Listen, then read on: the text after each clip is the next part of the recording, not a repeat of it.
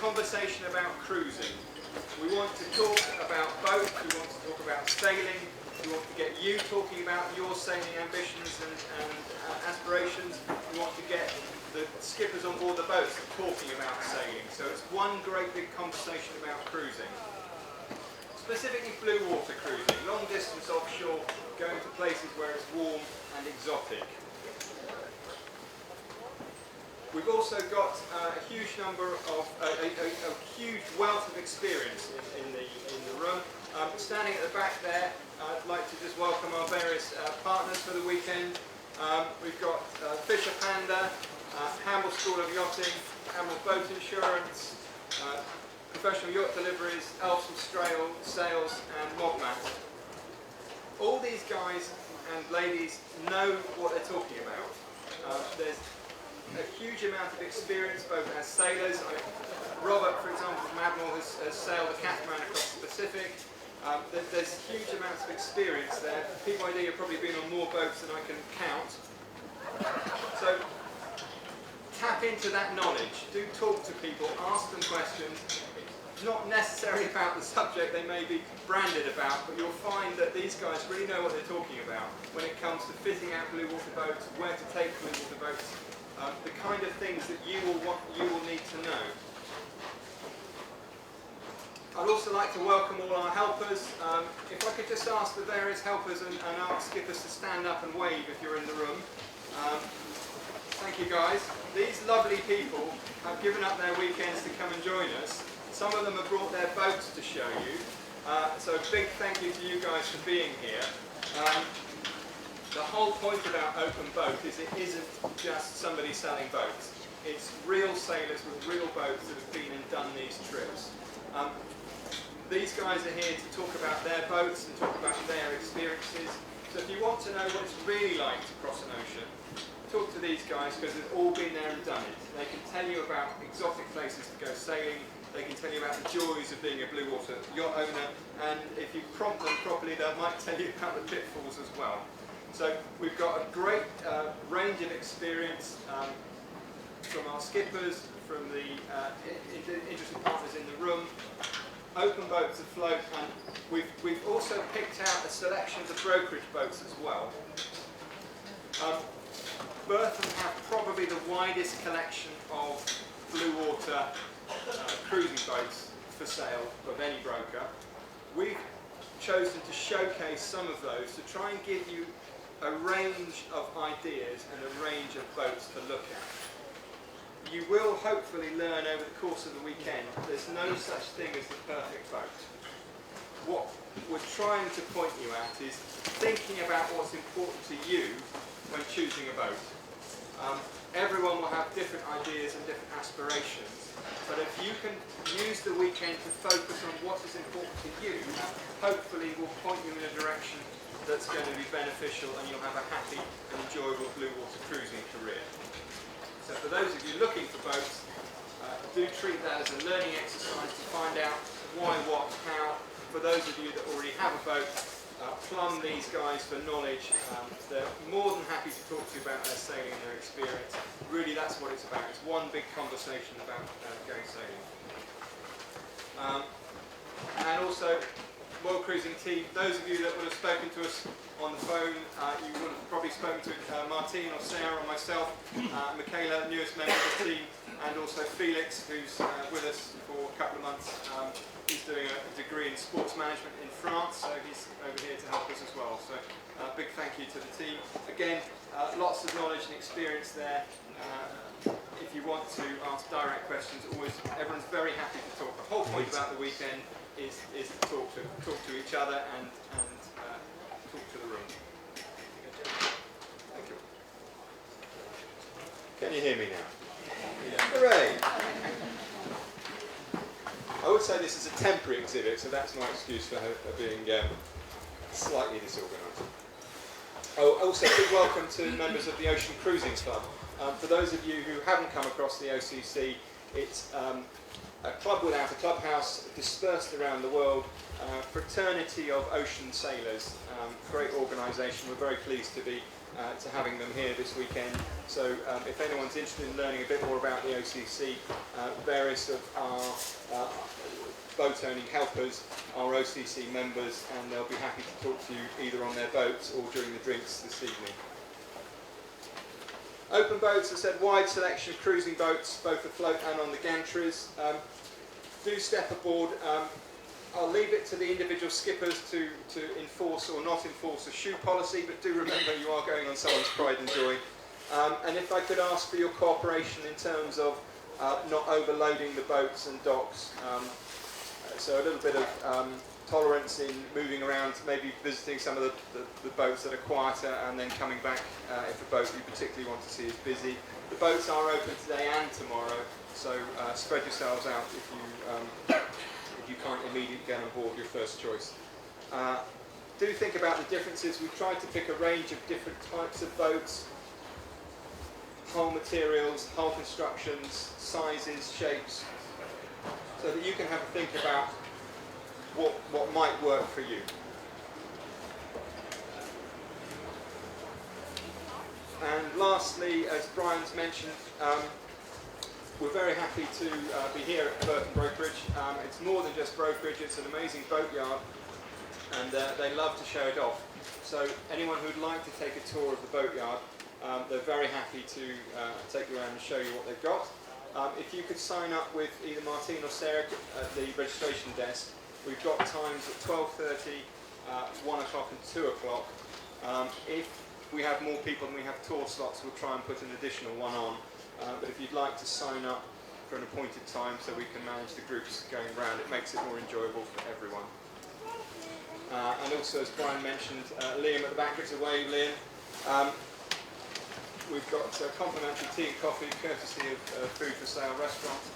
They are doing a lunch service. They've got a barbecue operating for lunch, but again, to try and stagger the numbers, they're inviting people to pre-purchase a lunch ticket. So if you'd like to see Liam, if you want to take advantage of the restaurant facilities here on the boatyard.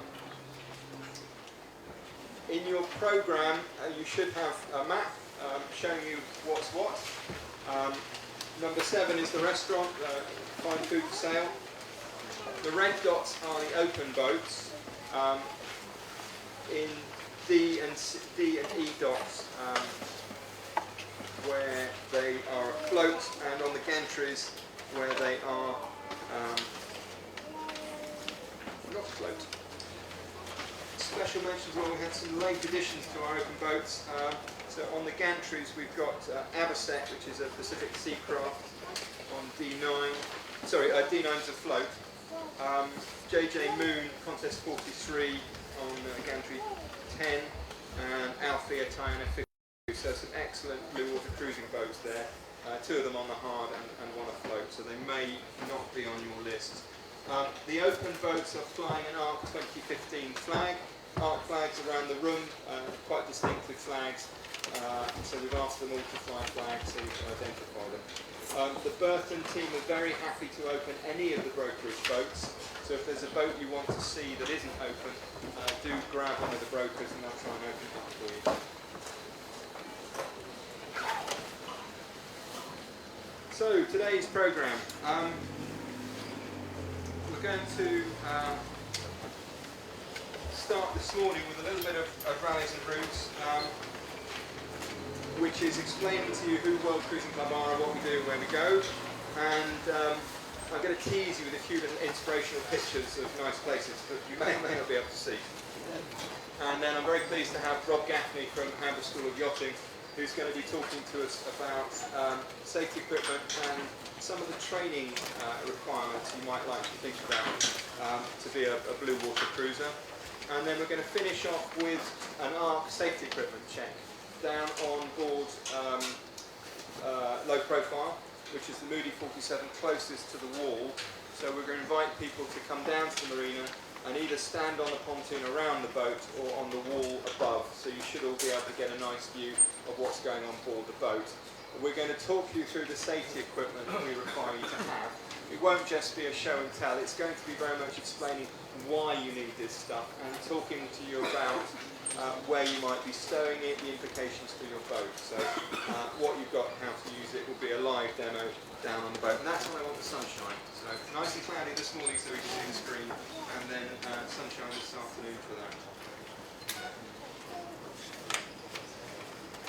Take a break from presentations through until 4:30, so we've got a chance to have a bit of lunch, grab a coffee, look at the boats, talk to people, and then we're very pleased to have Elaine Bunting from the Yachting World join us this afternoon, together with Dan Bauer, who was the skipper of the boat that Yachting World took around Fiji. They'll be talking about some of the techniques for what we call blue water techniques, so ways to go cruising in more remote places, and the joys of sailing through the Pacific. So nice little chat at the end of the day before we have our sundowner drinks. For those of you that are booked for dinner this evening at the Yacht Club, you should have got your dinner tickets at check-in. So if you haven't, if you were expecting a dinner ticket and you haven't picked one up, come see Sarah.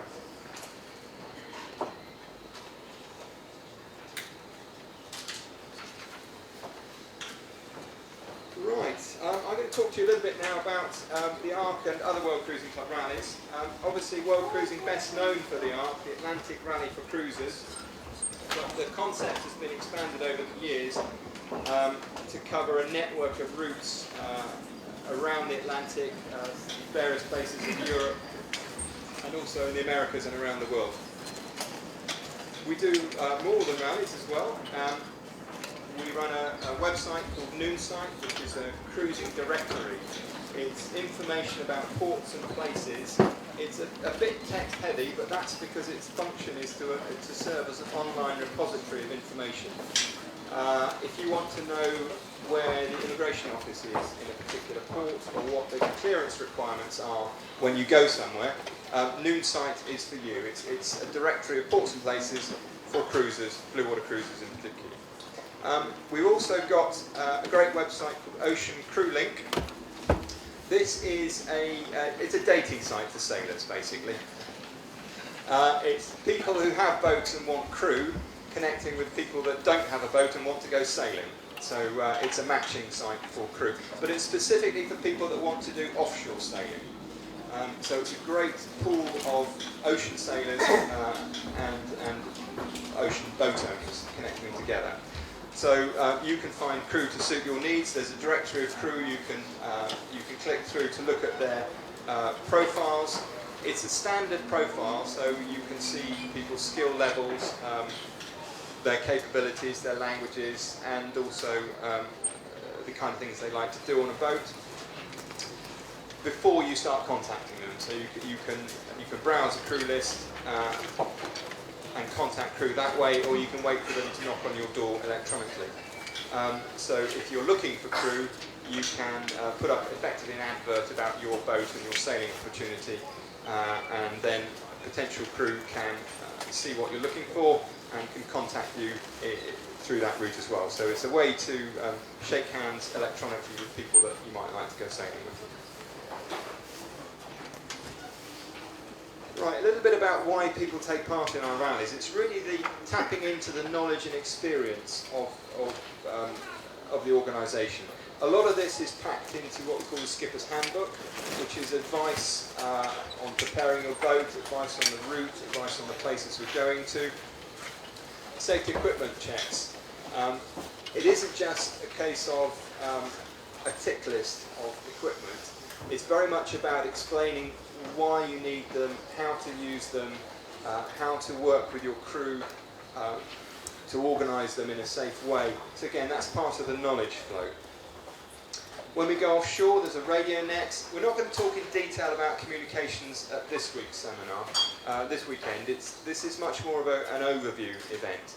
We do another seminar in early March, which is a full weekend of hard facts, if you like. It's things you really need to know. So communications equipment choices is something we'll cover there. But the radio net, just think for a minute why you go sailing.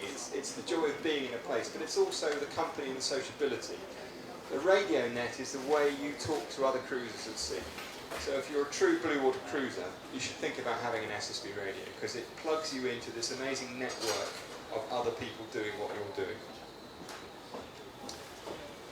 On all the rallies, there's a routed weather forecast. At the moment, we've got boats sailing to Bermuda who've come up from British Virgin Islands and also from Portsmouth, Virginia, on the Chesapeake Bay on the US East Coast. So monitoring the weather patterns, there was a late season depression off the US coast we had to be aware of. So the forecasters are looking out for these weather anomalies, these weather dangers, as part of the process that you get on the ocean crossings. Positions on the web with satellite tracking. We put a satellite tracker on board every boat. That means that you know where all the other boats are, and importantly your friends and family can see where your boat is and follow a dot across an ocean on a map. You'll be surprised how reassuring it is. You're keen sailors, you know and understand boats. Your family may not. They probably think you're mad doing this. Why are you going across an ocean on this tiny little boat with my grandchildren that you're trying to murder? Seeing that little dot on a screen is very reassuring. I actually had one lady that got up every 4 hours, even during the night, to see the dot move on the screen. So it's nice for them, and it's great fun as well to follow the tracks of other boats. Staff on the ground with local knowledge. Basically, the World Cruising team is there to help you and support you in all the places we go to. Tours and parties, as I said, it's a very sociable activity. That's really what it's about. You're with a group of like-minded people, so it is fun. The camaraderie and the safety in numbers of going with other boats. There's always the ability to tap in to support. Your first support is going to come from your boat, and hopefully that's one of the lessons you'll pick up this weekend. Your second line of support is from the other boats around you. I'm going to talk a little bit now about Atlantic weather. You probably can't see that at all, but it looks lovely on my screen.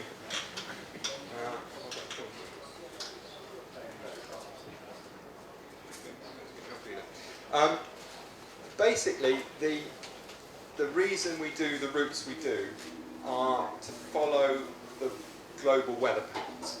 You'll hear people talking about the trade winds, passage winds, passat winds in German. There are various names. These are seasonal winds that blow at certain times of the year in particular directions. We take advantage of the trade winds that go from Africa blowing across to the Caribbean through the winter months. So November, December, they start to blow across the Atlantic, so that's why the arc goes at the time of year it does, from the Canary Islands across to the Caribbean. We're tapping into these seasonal winds that hopefully will blow you with a nice steady breeze coming across your right shoulder all the way to the Caribbean. The winds in the Atlantic circulate. You see that gap in the middle of the screen? That's pretty much where the Azores high is. High pressure, no wind, so the circulatory pattern around the Atlantic, in the North Atlantic, is pretty much the reason those routes follow the patterns they do. So you've got trade winds taking you to the Caribbean, and then you've got eastbound weather systems coming off the coast of the US and then tracking across the Atlantic to the north of the Azores high. So that's bringing you across the Atlantic in the other direction. You'll notice as well a couple of routes up and down from the US East Coast for those who want to spend more time doing what we call the Atlantic Circuit, that loop possible in 1 year. If you want to spend more time in the Caribbean, then you're either looking to lay your boat up somewhere in the Caribbean. If you are thinking of that, I would strongly advise you go and have a conversation with the guys from Admiral. They know an awful lot about where is a good place to keep your boat. And it isn't just a question of where's the cheapest place to park a boat, it's where's the safest place. Because in the summer season in the Caribbean, that's the hurricane season. So if you're going to lay your boat up there, you need to make sure your insurance company is aware of it, and they might put certain conditions on how the boat is laid up so it's in a safe and secure manner. So it is possible to keep your boat in the Caribbean for the summer. The other option, if you don't want to come back to Europe, is go up to the US East Coast and get out of the hurricane zone up past Cape Hatteras, which is where you can see Portsmouth VA on the map there. North of that area, you're out of the summer hurricane season, or you go south down to Trinidad and the bottom end of the Caribbean. You'll notice as well, there's a little red line off in the corner of the picture, which is the Panama Canal. More of that later.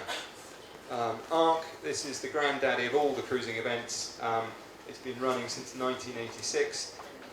That is a faked picture of lots of boats leaving Las Palmas. It is a great event. It's very hard to put into words the excitement of setting off with 200 other boats at the same time. It's an amazing spectacle. It's a very, very long start line. I would stress it's the Atlantic Rally for cruisers. Very much cruisers. We do have a little racing division, and they go first, and they get them out of the way basically, because they're the ones that like to shout each other on the start line. The gentleman at the back in the cruising competition, it's very much about waving at your friends, taking photographs, enjoying the moment. It takes typically around half an hour to 40 minutes for everyone to cross the start line. So they're not exactly rushing the line. And that would be my advice to you as well, is hang back, enjoy the moment, take photographs, wave at everyone, and then sedately cross. It's not a race, it's a rally. And an extra 30 minutes on the start line is going to make no difference whatsoever to your Atlantic passage. You'll have forgotten it by the time you get to St. Lucia. So my top tip for the ARC start. It's good fun.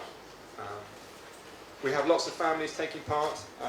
It's always amazing to see. If anyone is thinking of going sailing with their children, definitely do it. These kids have such a great time. They really get into it. And I think the thing I notice most of all is how socially developed they are, because they spend quality time with people. Yes, they're out of school, but they're being schooled in a very different way. So it's great to have, typically we have 20 plus boats with young families on, under 16s. They really get a lot out of the trip, and if you are thinking about it, very happy to talk to you in detail afterwards, or have a chat with Claire. Claire, I didn't introduce you earlier. Claire's at the back holding a camera. Another Claire, sorry. Claire's one of our regular team in Las Palmas, and how many years have you been doing it now, Claire? 10? So a fountain of knowledge, and particularly gets involved with family boats as well. So we have a little competition. It used to be a rubber toy iguana called Ed. Ed's now been retired and replaced by Sailor Ted. So there's a competition of who gets to take the mascot across the Atlantic. If you can see that, that's an Atlantic wave. It is really quite big. Do talk to the guys here about what it's like to cross an ocean. The ocean is quite big, and the wind does blow, and you will get swells. That's the one abiding memory everyone has of their ocean crossing, is the blooming boat never stops moving. However, the good news is you do get used to it after a while. You do also get some days like that as well. Very gentle swell, nice calm sunset. And you'll see that boat, if you can make out the picture, it's got its head sails poled out, so twin head sails on poles. That's a really safe, comfortable rig for cruisers. We'll talk more about sail plans tomorrow, but I'm really showing you that picture for, this is a boat settling down for a nighttime passage. It's nice, easy, calm. I heard a lovely phrase used at a presentation I was at a few weeks ago. Speed is expensive. I think that's such a great phrase. If you think about your sails, you can go faster, but you're more likely to break stuff. So speed is expensive. So nice and conservative and gentle is a great way to cross an ocean. You can have some fun as well. You can see a very large billfish these guys are holding. Everyone will ask all sorts of questions about fishing. I don't claim to be a fishing expert. I just drag the line behind the boat and we manage to catch the tuna. What I would say is big hooks catch big fish. So gentlemen, when you're in Las Palmas and you see the marvellous fishing gear for sale in the shop there, don't be tempted to get the biggest and the most expensive one just because it's going to look good on your boat. your partners won't thank you when you're fighting the monster of the deep on this enormous line. Thinking you're Ernest Hemingway, I would suggest size does matter, go smaller, and you'll be happy with the lovely tuna that you land that will feed the crew for one day, nothing wasted. Magic moments, I really hope the guys that are helpers here are going to talk to you about their magic moments. It's the memory you take away. For me, it's my first tropical landfall. I did my first ocean passage was from New Zealand to Tonga. I can still remember, this is 25 years ago, I can still remember our dawn arrival into Tonga. It was a great moment. I'm sure you'll remember your first tropical passage, tropical landfall when you've done it. There'll be other magic moments for you. It might be crossing the finishing line in St. Lucia. It might be the great people you've met. Who knows? But you will have adventures, you'll have excitement along the way. It's Christmas. Tropical Christmases, Caribbean Christmases, a lot of fun. The Ark goes in late November at the end of what they call the summer hurricane season. So it's the earliest you can cross the Atlantic at what is considered a safe time. The trade winds should be blowing. They don't always blow consistently in December, but in the Caribbean they're known as the Christmas winds. So they start to blow strongly at Christmas, which is when we're arriving. So we leave in time to get you to the Caribbean for Christmas. And when you're there, the joys of cruising in the Caribbean, you'll notice this gentleman is selling a lot of different flags. Each island is an independent nation. You will discover the joys of clearing in and out. We've forgotten what it's like here. It's a single European community. We sail where we want. You don't check in and out. Once you leave the cocoon of the EU, you'll be checking in and out all the time. You'll come to love it, queuing up in the immigration office for 2 hours. It's part of the joy of cruising. Why else do we go sailing? We go to be in places like this. These are the pitons down in Soufrière in the southern part of St. Lucia. The area from St. Lucia southwards is a lovely cruising ground. That's Amity Bay on Bequia. That is Mustique down in the Grenadines. And my favourite, I don't know if you can see that picture, Salt Whistle Bay on Meru. It is really, turquoise water, palm trees blowing in the wind. It's just perfect, and that's why we go sailing, to go and be in these amazing places. A little mention about an addition to the Ark, Ark Plus, that was added in 2013.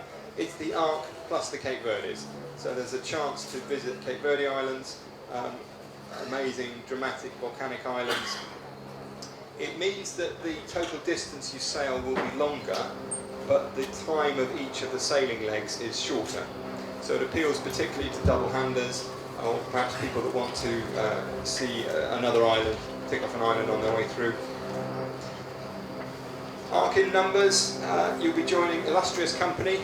So far, over 5,600 boats have taken part in the Ark, and that's over 22,000 people.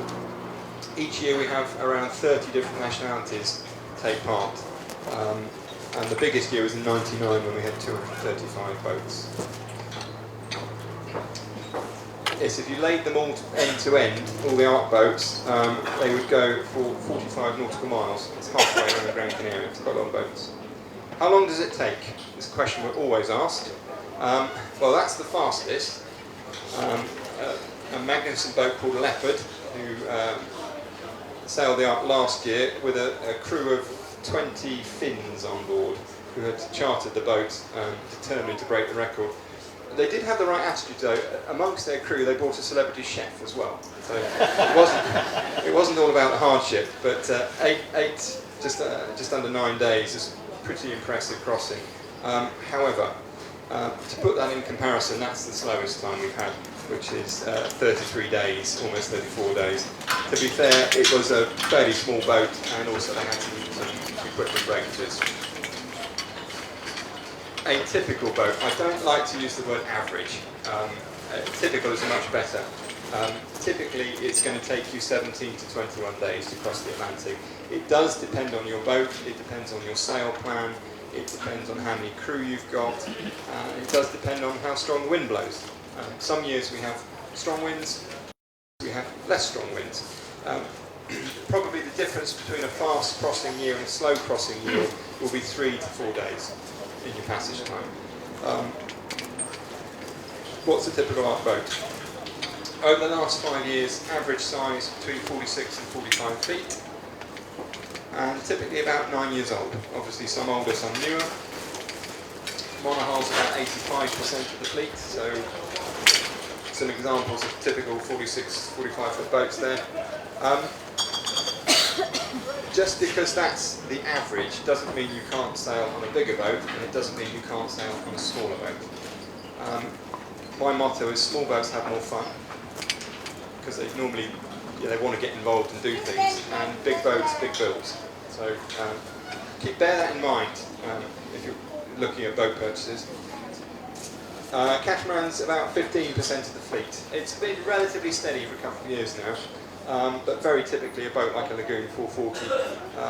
They're very nice to live on board in the Caribbean. I think that's one of the reasons for their popularity, and a lot of people take them over there into the charter fleets as well. Families, already mentioned families, about 10% of the boats sailing the Atlantic will have children under 16 with them. And where are they coming from? Brits are the biggest group, followed by Germans, Norwegians. We also get a huge following from Norway, US, Netherlands, Italy, well represented. So it's a very international, pretty much any sailing nation is going to turn up. I usually get a phone call one year from, I think this year it was a Bulgarian, wanting to know, am I the first Bulgarian boat to sail the Ark? Very excited, but somewhat crestfallen when I told him no, you won't be the first Bulgarian boat, but it's great to have them all. Quick mention about safety equipment. Rob's going to cover this in more detail later, but some key things you need to have on your list.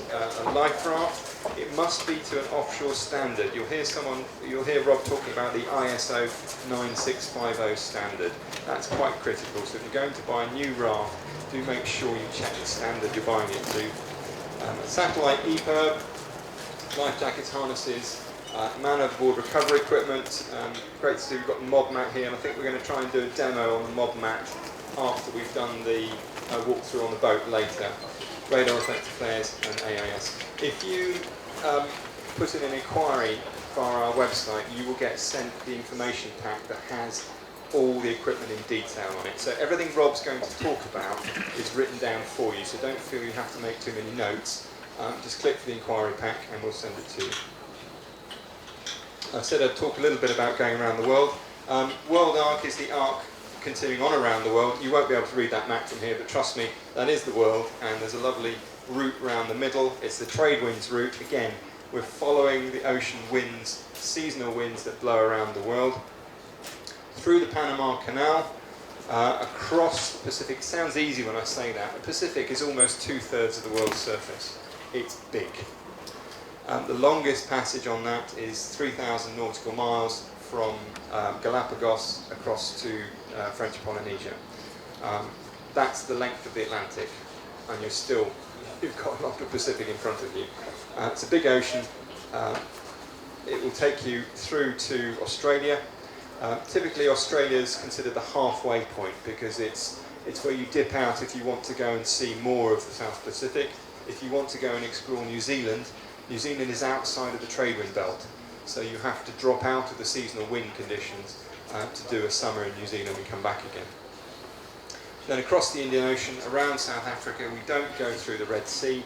My opinion, and I'm sure insurers will agree with me, it's not a safe place to go. There's too many people with guns who don't like Westerners, so I wouldn't recommend sailing a boat through the Red Sea. Around South Africa, on to Brazil, and by this time it will just be another ocean. You'll have crossed so many and you'll be quite blasé about it, trust me. And then coastal cruising Brazil, back into the Caribbean. It starts and ends in the Caribbean. It is something you can do either half, so you could join in Australia, or you could end in Australia, or you could pick it up a year later, so it's designed to be flexible in that sense.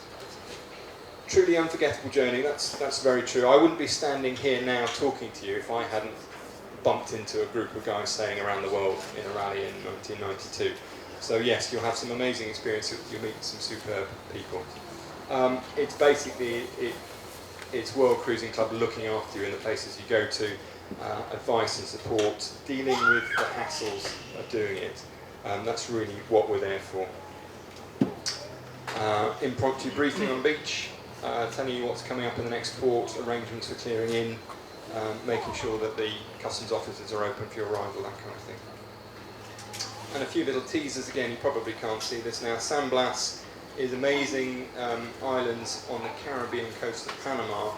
Really, it's a taster for what the Pacific is going to be like. If you think you've done the Caribbean, you'll be quite surprised at just how different the Caribbean is when you get to some of the islands off the Central American coast. Panama Canal, it's a special badge for cruisers when you've taken your own boat through the canal. It's one of those unforgettable moments. The advantage of doing it with a rally is that we can block book the boats through. You'll notice, if you can see that picture, that the boats are in rafts, so they go through in groups of just yachts in a lock. If you go through independently, they'll put you in the back of a lock chamber with a big ship. You may well have to wait several weeks to get a slot to go through. What's involved? Transit fees, organising the transit, line handlers and long lines. You need a minimum of 4 crew on board each boat to go through the canal. So with the rally, we can crew share between the boats to get people through. We also provide the long lines that you need from the docks. They get covered in oil and filth, so we throw them away at the end of the trip, so it means you don't ruin your lines. Galapagos permits, bond waiver and so on, so lots involved.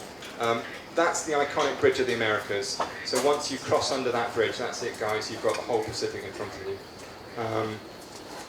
On to Galapagos, you probably can't see in that picture, there's a couple of sea lions sitting on the stern of that boat. The wildlife is amazing there and terribly friendly as these dogs. Unfortunately, sea lions have a habit of leaving a somewhat fishy deposit, so I wouldn't encourage them on your boats. Joys of Pacific cruising, we're going to talk about that this afternoon.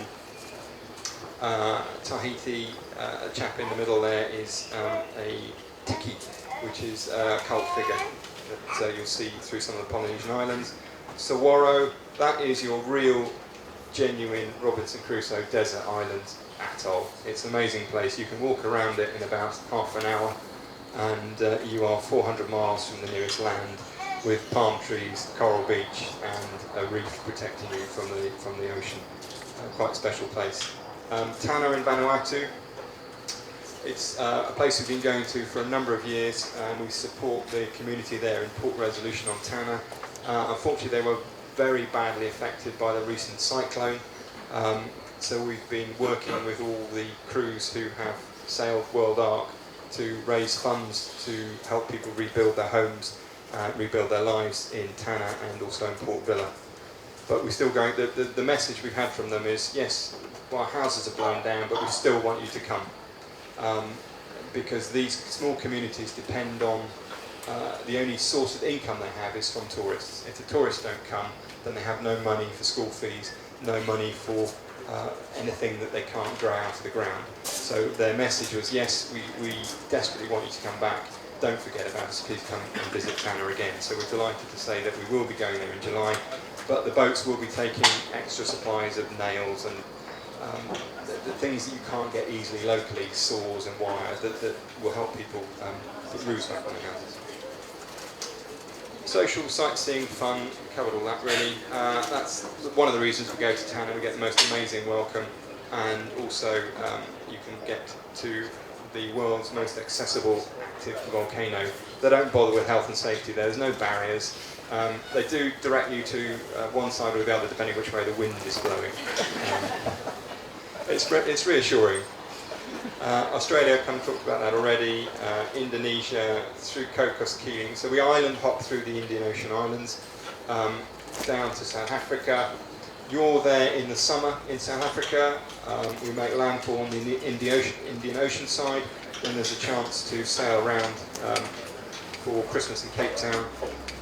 St Helena is the only place on your round the world route, once you leave the United Kingdom, where the pound is legal tender. So you'll be spending pounds in St Helena. Brazil, there in time for Carnival, and then you're back in the Caribbean. What do you need? Minimum of 2 people and a cruising speed of between 5 and 6 knots. Come and talk to me later if you want to know more, but it's really about sailing your dream. I'm going to hand over to Rob now, who's going to try and encourage you to think about some of the skills you need to know as cruisers. Part of what we're trying to do this weekend is think about boats, think about we want to send you off on your journey. We'd love you to make part of that journey with us, but if you choose to do it on your own, that's great. If we can give you a bit of knowledge, and in particular, make you realise what you don't know and what you need to know, putting you off in a good direction to hopefully enjoy and make the most of your own blue water adventure. So Rob's going to talk to you about what we've called training cruising, which are some key skills that you need to cover. And then afterwards we're going to go down and do a walkthrough on board low profile.